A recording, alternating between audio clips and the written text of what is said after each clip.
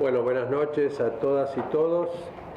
Agradezco esta invitación que me da la posibilidad de retomar contacto. Lamentablemente somos parte de una red, estamos con objetivos compartidos claramente, pero nos encontramos poco, o sea, está cada cual en su territorio o en sus redes, por eso es una ocasión para mí muy valiosa, ¿no? Y les agradezco la posibilidad de volver a esta universidad. Bueno, voy a ir al grano y al tema que me propusieron los compañeros que desarrollo. Vamos a hablar de la economía social y solidaria. Quisiera despejar la posibilidad de pensar que es una rama especializada de la economía, por ejemplo, que se dedica al cooperativismo o al mutualismo o al asociacionismo, como una especialización dentro de lo que sería la economía. Acá estamos hablando de algo bastante más pesado, estamos hablando, como se indicó, se sugirió, de una confrontación con el pensamiento hegemónico en el campo económico. Cuando nosotros decimos economía social y solidaria, estamos adjetivando la economía. La estamos adjetivando como disciplina y la estamos adjetivando como realidad. Yo voy a tratar de explicar un poco eso o de compartirlo con ustedes para que discutamos y agregar algunas cosas que terminan teniendo que ver con la práctica. ¿Por qué hablamos de economía social? ¿Por qué la adjetivamos? ¿Por qué no simplemente hablamos de economía y así como está la keynesiana, está la neoclásica, agregamos otra variante, otra especialidad, como decíamos? Porque estamos en el medio de una lucha contrahegemónica y la lucha por los términos es también relevante. Y es difícil hacerlo aceptando el punto de partida epistemológico de la teoría económica hegemónica, porque esta supone que en la realidad y en el mundo del conocimiento hay esferas separables, que uno puede hablar de la esfera económica, la esfera política, la esfera cultural, la esfera la que fuera, y concentrarse en estudiar una de estas esferas, que tendrían relativa autonomía, que tendrían incluso leyes propias y que deben ser estudiadas como se estudia la física o la química, etc. Cosa que acabo de decir y que en realidad ya no es verdad, porque ya la química, la física están interpenetradas y ni siquiera esas disciplinas son campos separados. Pero además lo principal es la idea de que en la realidad la economía está separada de la sociedad. Por ejemplo, pensar que el sistema económico tiene sus propias reglas de funcionamiento y que produce efectos sociales. Entonces hay una esfera económica que, flechita, produce efectos sociales. Nosotros vamos a rechazar esa propuesta y eso es lo que voy a tratar de demostrar. La economía establecida, ortodoxa, es en realidad tanto una teoría como una realidad que podemos denominar mejor como una economía de mercado.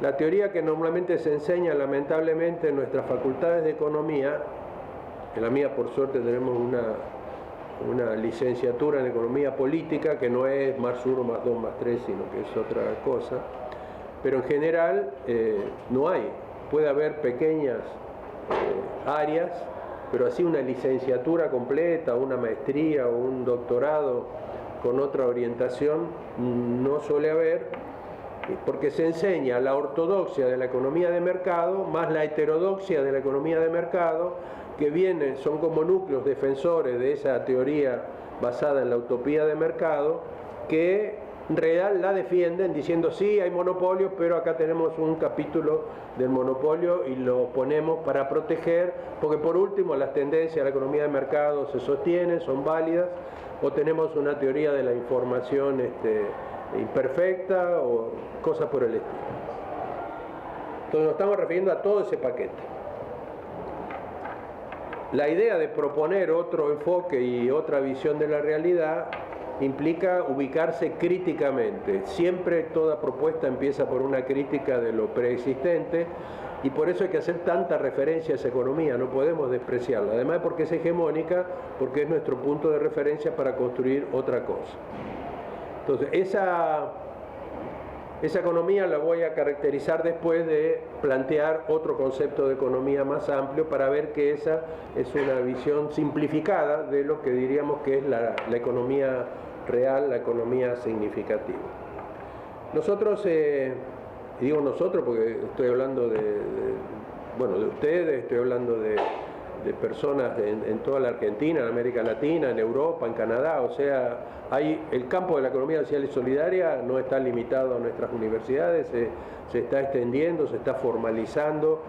Entonces, quienes están de este lado, digamos, planteamos que la economía es un sistema de valores, de principios, de instituciones y de prácticas cuyo sentido último es, y no estamos diciendo debería ser, es la organización de la producción, la distribución, la circulación y el consumo, o sea, los procesos económicos, de manera que se resuelva el problema de crear las bases materiales para la resolución de las necesidades y de los deseos legítimos de todos los miembros de una comunidad, de una sociedad. Y esto decimos que es porque si una sociedad no puede resolver ese problema, deja de existir. Esto lo puede filosóficamente fundamentar Frank Hinkelamer, lo podemos sacar de los estudios antropológicos históricos que utilizó Polanyi en sus obras, pero lo real es que en toda sociedad la economía, lo económico es organizado de manera de resolver el sustento material de la sociedad. Esto no quiere decir que la sociedad no esté atravesada por contradicciones, luchas, diferencias y que incluso haya sectores que no solo están al borde de la muerte, sino que desaparecen innecesariamente. Entonces, por eso existe el capitalismo a pesar de que no resuelve bien ese problema, porque hay margen, digamos, para estas desigualdades. Ese concepto de la economía entonces pone como sentido de la economía, como dice Polanyi, el sustento, las bases materiales de la vida de los miembros de una sociedad. Ya con eso estamos teniendo una diferencia fuerte con una teoría económica y con un sistema económico orientado a la acumulación, al crecimiento, al lucro, al dinero y no a los satisfactores de las necesidades. Si el sistema de mercado capitalista, podemos decir directamente, produce cosas útiles que resuelven necesidades, es porque es negocio. Si una necesidad no se manifiesta como demanda, no interesa. Esto marca una diferencia muy importante. El criterio de eficiencia, el criterio de racionalidad de esa economía, los criterios que proponen las teorías de esa economía, tienen que ver con el negocio, tienen que ver con la rentabilidad. En última instancia, el concepto de eficiencia lleva a eso. En el caso de la otra economía que se está proponiendo, los criterios de eficacia y de eficiencia, que sin duda lo hay, tienen un contenido social. No es buena una política económica que logra tasas de crecimiento chinas si hay incremento en la pobreza, si hay pérdida de vidas innecesarias, si hay concentración de la riqueza y del poder. Eso nos ha pasado. En la Argentina hemos tenido tasas muy importantes, pero la riqueza se siguió concentrando. Se distribuyó muy favorablemente el ingreso, pero el control del sector privado sobre la riqueza no ha cejado, a pesar de que el Estado sí ha ganado un peso importante. Entonces, esa visión ahora tiene que avanzar analíticamente y decir, bueno, ¿qué son esas instituciones? ¿Qué son esos principios con los que se organiza toda economía? Porque en general las teorías tienen que tener una tendencia, una pretensión de universalidad. Es difícil salirse de eso. Puede ser una universalidad que es instrumento de la dominación, o puede ser una pretensión que busca un conocimiento válido sobre las relaciones, en este caso, entre sociedad y economía.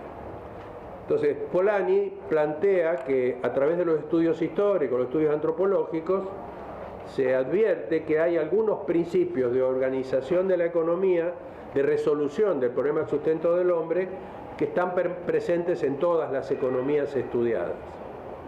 Uno es el principio que no siempre está claro en la obra de Polanyi, pero para nosotros es central y hay que impulsarlo, es el principio de la casa, de la economía de la casa, el principio del oikos, el principio de producir para reproducirnos, producir para nuestro propio consumo, que es lo que practica, por ejemplo, una economía campesina cuando produce una parte de los alimentos que consume, o que practican nuestras unidades domésticas urbanas cuando planchamos, lavamos, cocinamos. Son todos servicios que viene el mercado los puede y los convierte en mercancía cuando, por ejemplo, lo organiza como restaurante, como lavanderías o como lo que fuera.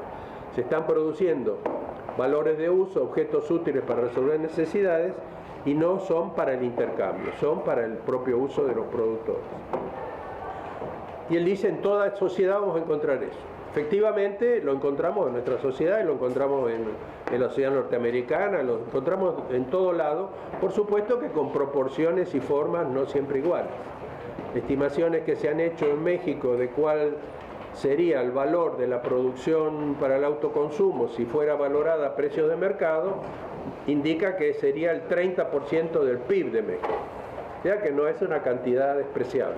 Estamos tratando ahora en Ecuador de medir, de calcular cuánto es esto con la colaboración del Banco Central, tratando de construir una cuenta satélite que incluya a un sector de la economía que está negado por las estadísticas, está apenas estimado marginalmente, se habla de la economía informal, pero no es la producción para el autoconsumo de lo que se habla incluso cuando se habla de la economía popular.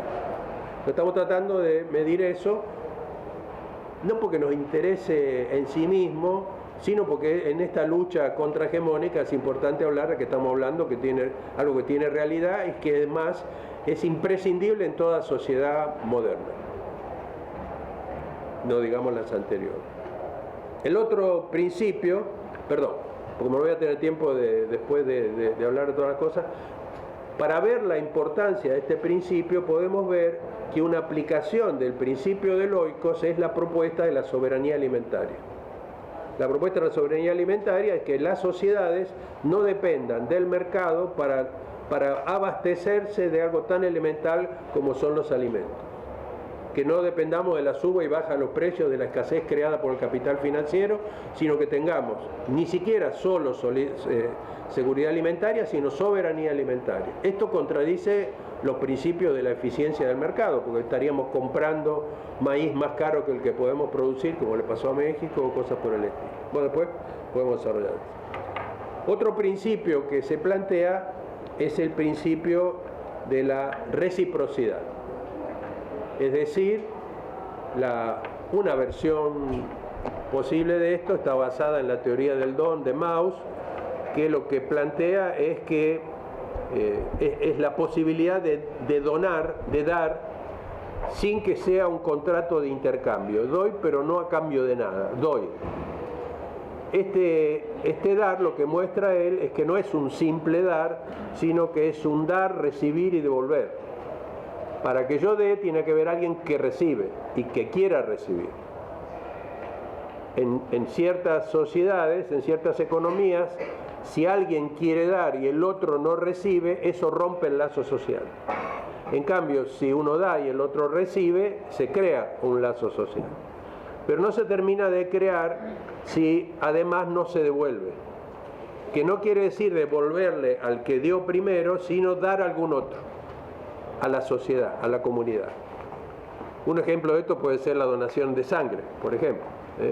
Uno da sangre, no sabe quién, salvo algunos casos que es un pariente que uno está aportando. Si uno da un banco de sangre, no sabe quién va a recibir esa sangre. Pero sabe, tiene la esperanza de que cuando necesite sangre va a haber unos que están donando y que le permiten tenerla. Entonces no es un contrato, no hay precio, no hay intercambio de toma y daca. y genera tejido social.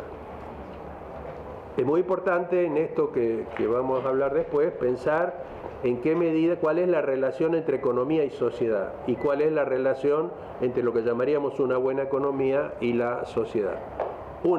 Una dimensión importante es que hay economías que destruyen el tejido social y generan pérdida de cohesión social, generan fragmentación, exclusión, y otras que pretenden o generan tejido social, articulación entre las partes de la sociedad. Entonces tenemos el principio del oikos, el principio de la reciprocidad, que nuevamente, para dar un ejemplo, como dije antes, tiene mucha presencia en la Argentina. Cuando se acaba con la privatización de las AFJPs, que eran una respuesta de mercado al problema de la seguridad, o sea, el que tiene plata la ahorra y la pone en un fondo para que inviertan y crezca, y cuando sea el momento va a tener la plata acumulada o va a tener un ingreso anual. Lo que se hizo fue volver a convertirlo en un bien público, en un sistema de reciprocidad donde todos aportamos y realmente no sabemos si vamos a recibir. Estamos aportando, aportamos y no sabemos si no nos vamos a morir antes de poder cobrar la jubilación. O estamos aportando para que haya gente que pueda tener operaciones de alta complejidad y nosotros no sabemos si la vamos a necesitar.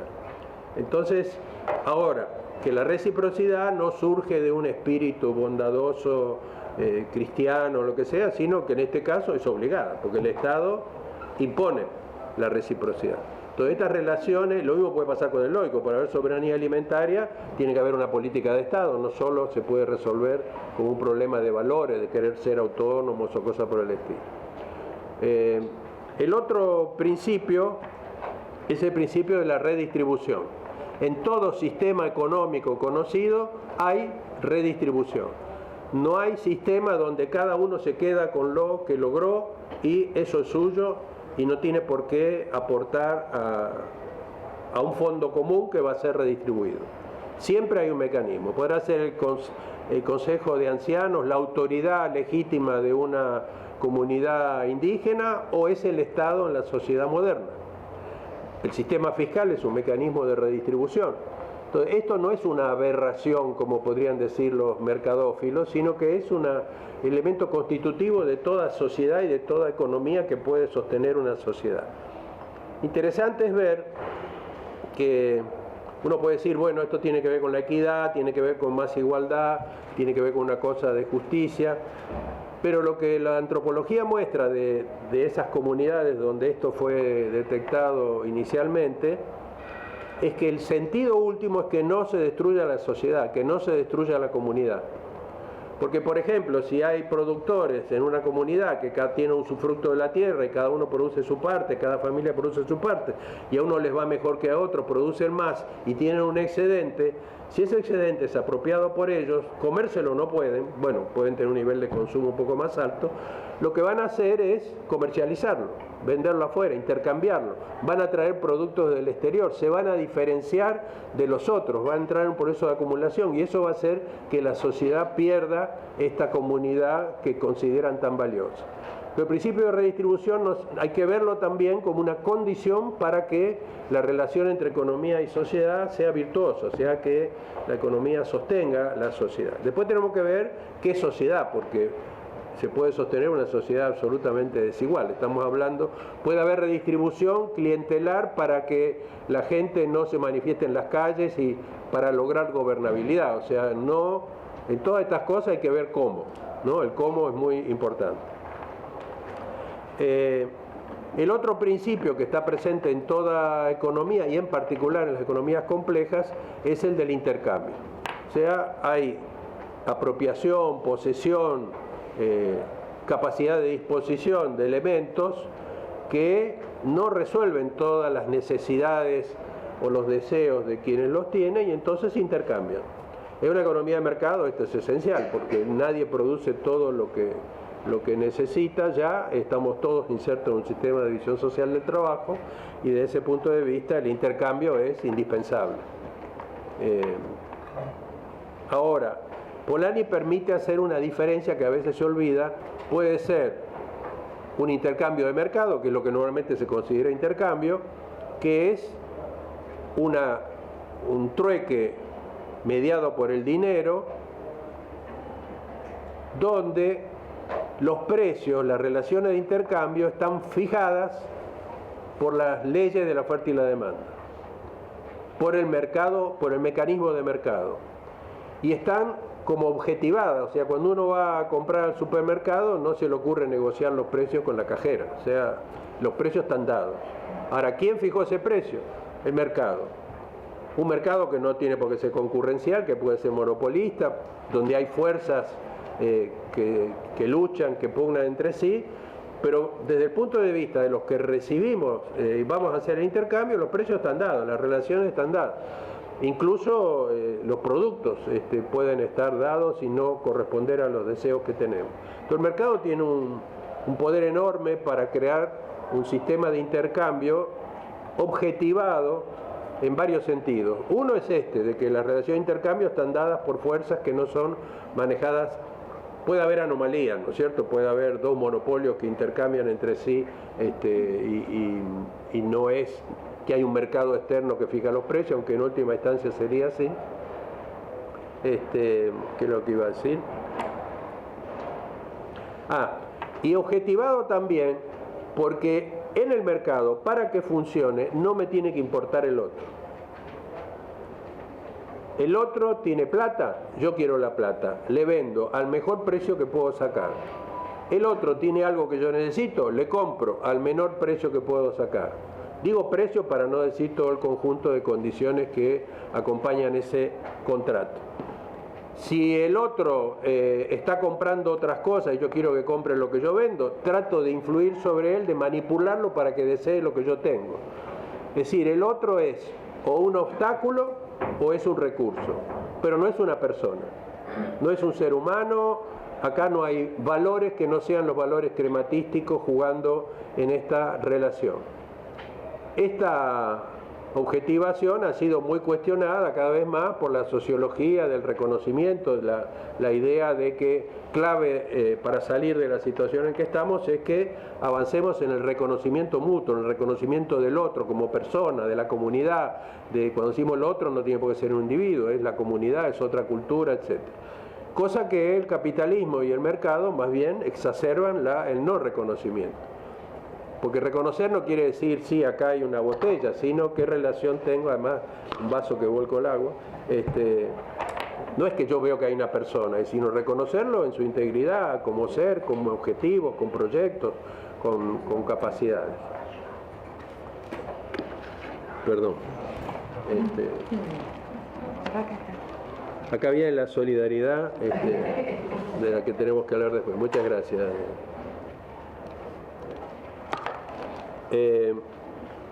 La otra manera de intercambio es el comercio. El comercio, no por nada hablamos de redes de comercio justo y no de mercado justo, porque decir mercado justo es un oxímoron, son absolutamente incompatibles. No se puede pensar en un mercado justo, por lo mismo que acabo de decir, por cómo funciona el mercado. El comercio, en cambio, es una relación de intercambio donde puede haber utilitarismo, pero hay otras cosas, se tiene en cuenta quién es el otro. Como digo, por eso mismo se ha decidido hablar de comercio justo, o fue por casualidad, pero lo real es que encaja con esta diferencia que estamos haciendo. Hay otros principios que Polanyi no plantea y que tienen que ver con la necesidad de coordinación del sistema económico. Un sistema complejo tiene que estar coordinado, de lo cual el mercado es a la vez que un principio de intercambio, es un principio de coordinación cuando se absolutiza. Pero tenemos otros sistemas, otras experiencias como la de planificación, que puede ser estatal centralizada, participativa, etc. En toda sociedad compleja tiene que haber alguna forma de articulación de la economía. No es posible que sea fragmentaria y que no haya estas relaciones porque somos interdependientes.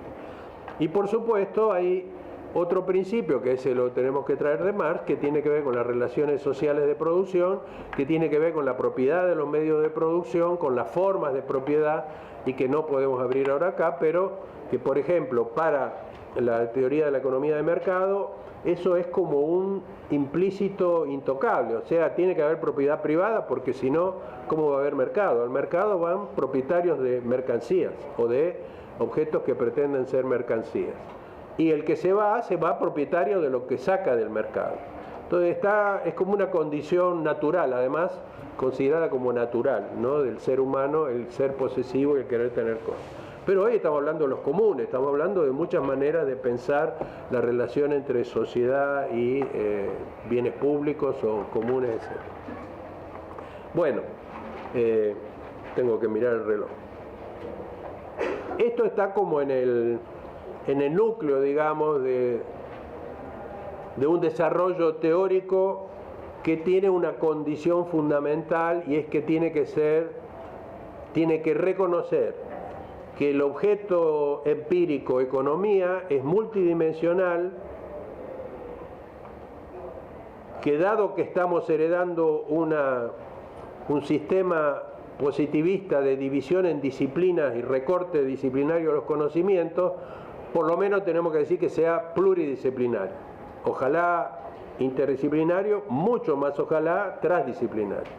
Entonces acá necesitamos economistas, y algunos sí, porque hay mercado, y entonces cuando hay mercado se supone que son expertos en eso, en particular del financiero, esas cosas, pero necesitamos sociólogos, cientistas políticos, filósofos, ingenieros. La tecnología es una mercancía cada vez más, o sea, tenemos que entender el mundo real de la economía, y eso no se hace, lamentablemente, con la formación de economía que se da título y se certifica la capacidad de trabajar en esa cosa tan compleja.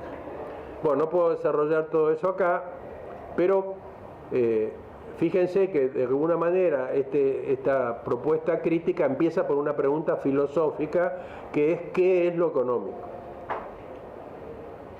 Es una pregunta filosófica, ¿qué es lo económico? O sea que se está disputando las bases mismas, se está disputando la epistemología, la ontología de esa concepción dominante de lo que es la economía.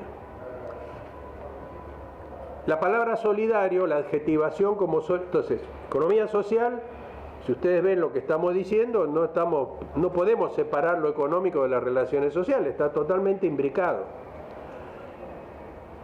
El problema con la economía de mercado, termino con lo de la solidaridad primero. La palabra solidaridad no es gratuito agregarla, aunque está implícita, a mi juicio, en lo anterior, porque una economía que va a resolver bien ese problema tiene que estar basada en relaciones de solidaridad y no de competencia y de pretensión de destruir al otro, sino de ser solidario con el otro. No en el sentido filantrópico de que al pobre le doy para que no se muera de hambre, sino en el sentido democrático, en el sentido de una solidaridad horizontal necesaria para poder tener convivencia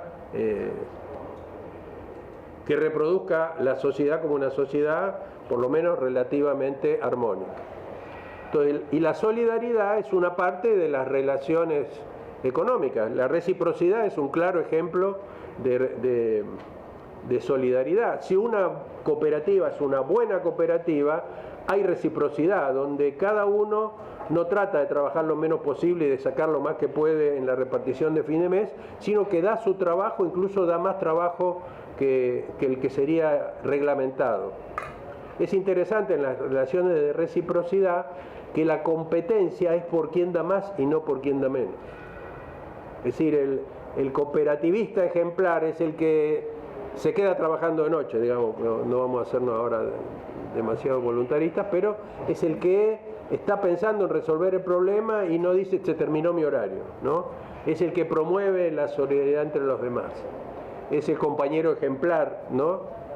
Una figura que se usaba en Cuba, ¿no?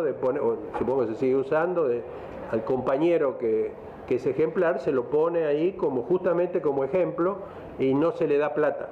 No se le da un incentivo material, sino un incentivo moral. Bueno, una cooperativa se puede hacer o en una comunidad, en una asociación barrial. Hay compañeros que se preocupan y otros que solamente se benefician, los free riders, ¿no es cierto?, de esas relaciones.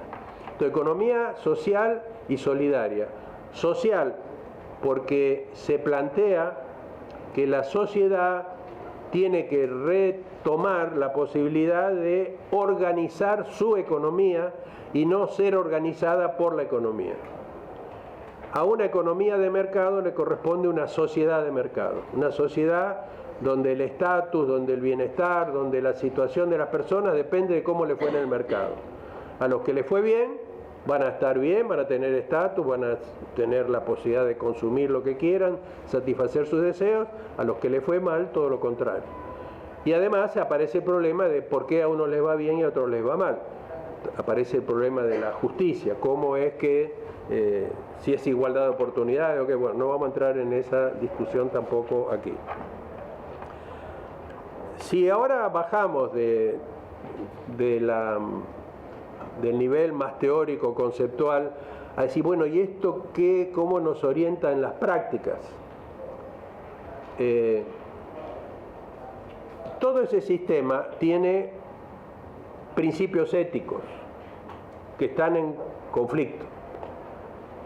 La economía de mercado plantea como principio ético la libertad individual y restricta de iniciativa y la propiedad privada y restricta.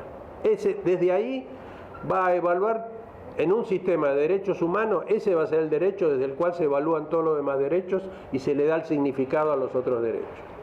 El derecho de asociación está bien, pero que no afecte la propiedad privada. Estos sindicalistas están afectando el funcionamiento del mercado y por lo tanto la posibilidad de acumular, etc. El otro, para plantearlo simple, es el principio de la reproducción y desarrollo de la vida. Desde ahí se ven, por ejemplo, se relativiza el principio de la propiedad privada, que hoy cosméticamente aparece como la posibilidad de la responsabilidad social de las empresas, pero que uno podría decir, bueno, si va a haber empresas privadas, tienen un privilegio que las hace responsables de tener que resolver determinadas necesidades reguladas por la sociedad. Y ahora podemos ver muchos otros principios derechos, que entiendo que acá hubo una discusión sobre derechos y economía, no es solo, bueno, ya ustedes han visto eso.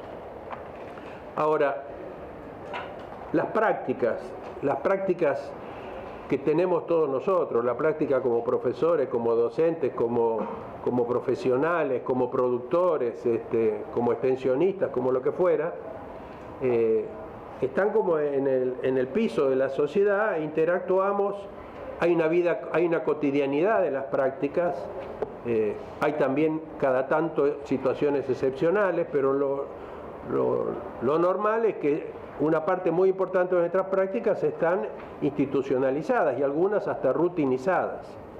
Es decir, no podemos hacer lo que querramos en una sociedad o en una comunidad. Está muy reglado los límites de lo que se puede hacer y lo que no se puede hacer.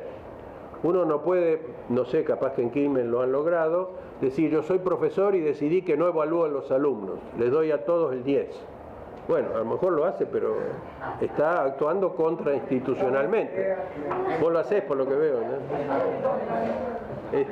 Está en contra del protocolo universitario, porque la universidad, y además tiene su racionalización, la universidad va a dar un certificado de que esa persona tiene capacidades que le permiten ejercer, por ejemplo, si es un médico, hacerse responsable de la vida de otro. Si le pone 10 a todo de entrada, no puede garantizar ni dar título que certifique la profesión y nada por el...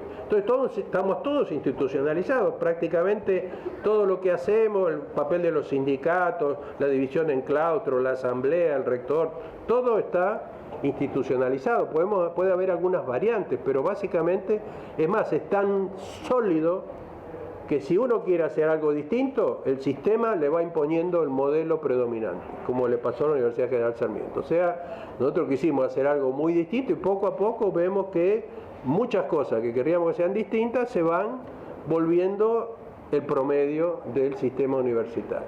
Pero eso no quiere decir que no haya innovación, la hay, pero es muy difícil porque es contra todo un sistema institucional, jurídico.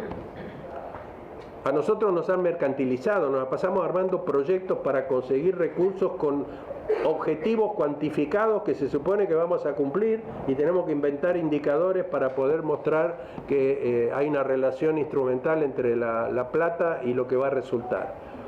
Y muchas veces sabemos que estamos poniendo números inventados y que voy a decir participación y voy a contar el número de reuniones que hubo, por ejemplo, para medir la participación.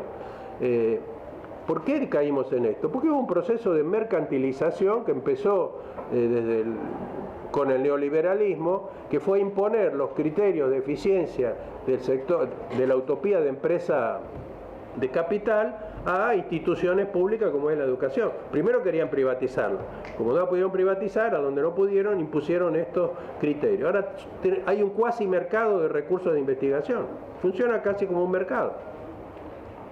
Entonces, estamos institucionalizados. Está institucionalizado el sistema de salud, está institucionalizado el sistema político. Hay partidos políticos, no se puede presentar cualquier institución a una elección. Está todo, y los partidos tienen que pasar por determinadas condiciones jurídicas. Entonces, ahora, esto es característica de toda sociedad. No hemos conocido las comunidades indígenas están institucionalizadas, hay costumbres, hay mitos que indican qué es lo que está bien hacer y qué es lo que no está bien hacer. Entonces, esto es inevitable. El problema es que hay instituciones. La reciprocidad, como di un ejemplo, está institucionalizada, entre otras cosas, en el sistema de seguridad social que tenemos ahora. El principio de mercado estaba institucionalizado como las AFJP. Y las prácticas eran muy distintas y las posibilidades de lo que se podía hacer eran muy distintas.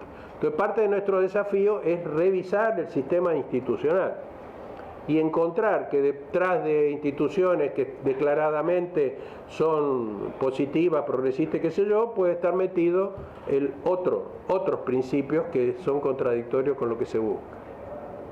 Entonces, acá hay una vinculación muy fuerte con enfoques institucionalistas, que no es del institucionalismo matematizante que se enseña, sino que implica ir a versiones anteriores de la sociología institucional.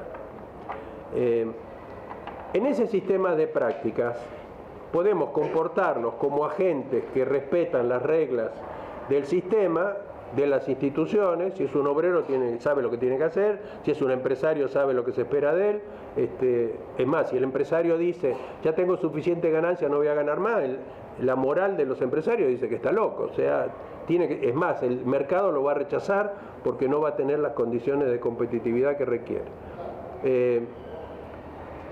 ¿Cómo salimos de esto? O sea, si no nos gusta la economía, si es una economía que se separó de la sociedad, si es una economía que se quiso separar de la política, ahora está volviendo el Estado a regular, y si además estamos institucionalizados en un sistema bajo la hegemonía de un proyecto neoconservador cuya ideología económica es el neoliberalismo y que tiene una fuerza brutal, que en este momento podemos pensar que se acabó el neoliberalismo, pero es un pensamiento equivocado. O sea, sigue ahí vivo, es más, lo tenemos metido en el sentido común en buena medida, porque fueron muchos años de lavado del cerebro.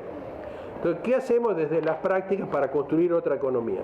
Porque de eso se trata, hablar de economía social y solidaria y de prácticas de economía social y solidaria.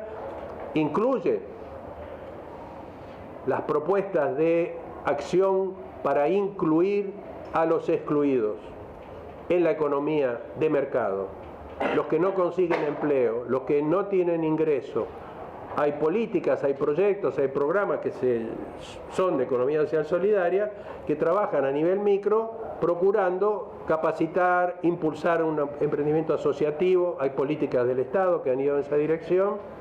Y eso está bien, y eso es parte de la economía social y solidaria. Pero así no llegamos nunca a otra economía. Es a un nivel muy micro, es a un nivel... y además con la contradicción de estar incluyendo en el mismo sistema que excluye. Entonces sí, puede haber acá 10.000 desempleados y mi universidad decidió hacer programas de capacitación para, o el Ministerio de Trabajo, para resolver el problema de que no tienen las capacidades que demanda el mercado. Y entonces entran de a grupos de a 100 y los capacitamos y después evaluamos con indicadores. Mirá, el 70% pudo conseguir trabajo. Bueno, está funcionando. Porque esto lo que hizo es que los que no tenían posibilidad o tenían menos posibilidad, ahora pudieron competir y ganar. Pero todos los demás no van a ganar. O sea, no se resuelve el problema del empleo con esa intervención. Aun cuando esos emprendimientos asociativos, esos desempleados, ahora estén integrados de alguna manera, y aunque tengan que ser subsidiados, porque ese es un tema que a mí me parece que es irrelevante, plantear el problema de la sostenibilidad en el corto plazo en un sistema que se fagocita todo lo que les sea ajeno, pretender que sean tan eficientes que pueden competir con las grandes empresas o con lo que fuera. O sea, es una discusión para dar también. Entonces está a nivel micro de intervención, pero está al nivel sistémico, o sea, cambiemos todo el sistema económico de una vez, ya que estamos, lo cambiamos, ¿no? Entonces, por ejemplo, la Constitución de Ecuador dice que el sistema económico tiene que ser social y solidario, o sea, usa nuestros términos. Ahora, esa fue una declaración, ahora hay que construir el sistema económico social y solidario, entre otras cosas, saber cómo se institucionaliza, cómo se da el cambio cultural que requiere, cuáles son los tiempos, qué base tecnológica va a tener. O sea, de la declaración hasta la práctica hay un salto muy grande.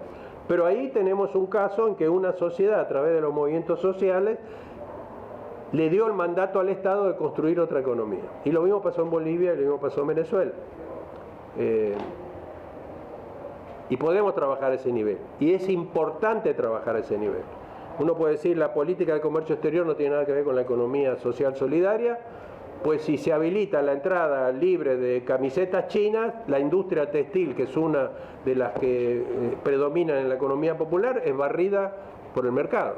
O sea que cuando hago política exterior, comercio exterior y todo eso, tengo que tener en cuenta el impacto que tiene sobre un sector que ocupa el 50-60% de la población en muchos de nuestros países o más. Nosotros, y ya voy a terminar con esto porque no se me va el tiempo, planteamos la prioridad.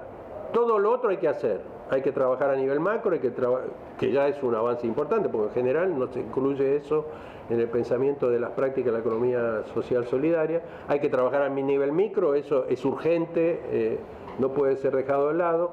Pero hay un nivel que es el meso, que es esencial, porque es el nivel del territorio, es el nivel de la articulación, es el nivel de la complementariedad, es el nivel en que se supone que una cooperativa no es solo internamente solidaria y después se mata con las otras cooperativas compitiendo, sino que hay complementariedad y hay cooperación interorganización y entre organizaciones de distinto tipo. Una de las características que debe tener la economía popular y solidaria es que no tiene un modelo de organización, sino que acepta y valora la diversidad de la misma manera que desde la ecología tenemos que valorar la biodiversidad. En esa diversidad hay una gran riqueza y pretender que todo sea cooperativa no sirve. No todo puede ser cooperativo, ni toda la gente quiere entrar en esa forma. Entonces, el nivel meso, que es el territorio, pero no como allá lo local. Estamos hablando de un entramado de relaciones entre distintas formas de organización económica y no económica. Ese nivel para nosotros es el nivel en que hay que trabajar. Uno puede entrar por lo micro y si lo hace bien, pronto se da cuenta que tiene que crear un contexto para que eso funcione. Que el contexto que estamos heredando en general es hostil a ese tipo de desarrollo que queremos hacer. Entonces surge hasta pragmáticamente la necesidad de trabajar sobre un contexto más amplio.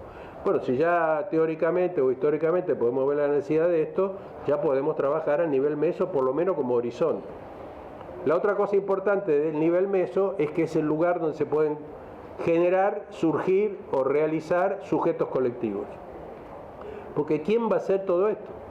Las universidades, nosotros tenemos unos recursos, unas posibilidades, podemos contribuir. El Estado, el aparato de Estado, obviamente puede influir mucho, pero hacen falta sujetos colectivos, hace falta movimientos sociales. Y no me estoy refiriendo a una red de emprendedores y de gestores de la economía social solidaria como la que tiene Brasil. Me estoy refiriendo al movimiento campesino, al movimiento feminista, al movimiento sindical, al movimiento cooperativista, o sea, a los grandes movimientos sociales, a los que luchan hoy contra la colonialidad, hay fuerzas sociales que de hecho incorporan críticas a la economía, pero muchas veces no propuestas a la economía. Si logramos armar una agenda compartida, estos sujetos sociales pueden jugar un papel fundamental incluso a nivel internacional. Pues bueno, eso es muy grande, pero ahora partamos del nivel territorial y hay sujetos colectivos que, por ejemplo, pueden pensar más allá de sus intereses particulares. Un ejemplo fue el presupuesto participativo en Porto Alegre, que cuando empezó por una iniciativa del PT, cada representante de un barrio iba con la demanda: nosotros queremos electricidad, no, nosotros queremos asfalto, no, y no alcanzaba la plata, entonces ¿quién tenía prioridad? De alguna manera se negociaba y se resolvía, pero 10 años después uno iba a las asambleas de presupuesto participativo y se estaba discutiendo la ciudad, la convivencia en la ciudad, las funciones económicas del puerto de la ciudad, y nadie vivía en el puerto. O sea que, pero llevó 10 años empezar a tener esa visión de totalidad dentro de la cual se inscribían todas las legítimas demandas que tenían los que participaban en el presupuesto participativo. Bueno, yo entiendo que esto es como un inicio para estimular un debate y no aspiro a haber completado nada. Espero haber cumplido con la función que me encargaron. Gracias.